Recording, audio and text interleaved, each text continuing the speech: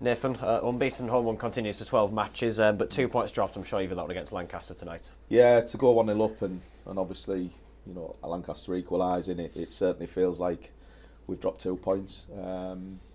We've missed opportunities, great chances to put the game to bed. We've given them a lifeline, they've took it. And in the end, they've pressed for the win, and I think we've got to be thankful for a point in the end. Yeah, and it feels that in terms of how the match panned out, very much a tale of both goalkeepers this evening. Yeah, they've both been very good. I think from our point of view, Blandy pulled off 2 or 3 brilliant saves in the last 5 minutes to obviously get the point for us. But for us, we've got to rule those missed opportunities, because I don't think Lancaster would have been in that position if we'd have took our chances. Yeah, and in terms of how the first half panned out, both sides had some decent attacking moves, and perhaps not getting anything too clear-cut until Jacob Grattan got that first one for Whitby denied by the goalkeeper on that occasion. Yeah, well, listen, he's dug it out himself. He's turned the defender inside out, and he's had a shot on goal within probably the first couple of minutes. I think that set the tone for their keeper. He's done very well on the night. He's saved 1 from Fewster in the second half, and I think he's done another 2 from Grattan. So, got to give him credit, and I think he's the reason Lancaster have been able to get the point that they have. Yeah, but it kind of feels like in the first half that big chance probably fell the way of Junior Mondown when he was playing on goal, tried to round the keeper but didn't quite get it right. Yeah. He knows he's got to do better in those positions. Obviously, you need to be scoring goals, but it is what it is. You move on from it. You don't dwell on it. And I certainly know Junior won't. He'll keep doing what he's doing for us, and he'll carry on this good form that he's in. Yeah, and you could certainly see at the start of the second half the message from both managers was to go out and try and attack from the off, because early in that half both teams did have good chances. Well, I've got to say, two very brave teams, showing lots of courage. I don't think either of us wanted to draw. You could tell the way they were playing, they kept pressing forward. We kept pressing forward. It was almost like a basketball game at times.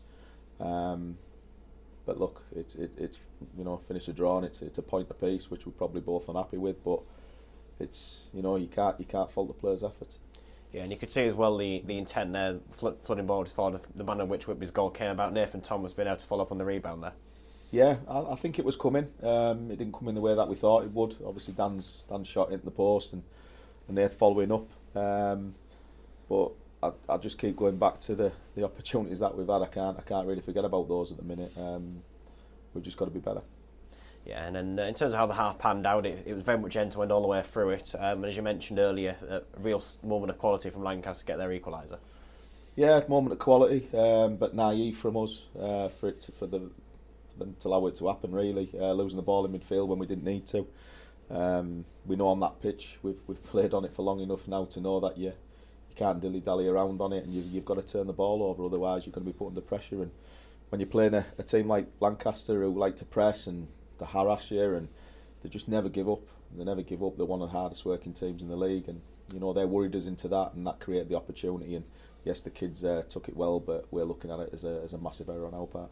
Yeah, and as well, looking at how the end of the match sort of panned out there, very, we've already touched on it being the end-to-end nature of it. I'm sure it's one of those, as a manager, that I don't think particularly enjoyed in those last 2 minutes because of how open the game became. No, we could have lost the game purely down to 80 minutes of brilliant play from us, mature, and then, as we say, goals change games. As soon as they scored that goal, they smelt blood, they went for it, and I wouldn't say we crumbled, but we just didn't deal with it. And that's the thing with us. We need to get to grips with that quick, if we're going to make a push for the playoffs. But I've said don't be too downbeat. We've set a target. We're on course on that target. We've had a win and a draw. We're averaging 2 points a game, so we just need to keep that up, and we'll be fine. Yeah, and I'm sure the key in terms of your ambitions for this season will be the fact that you've got these games coming thick and fast at the moment, and a chance to put things right pretty quickly, starting at games on Saturday.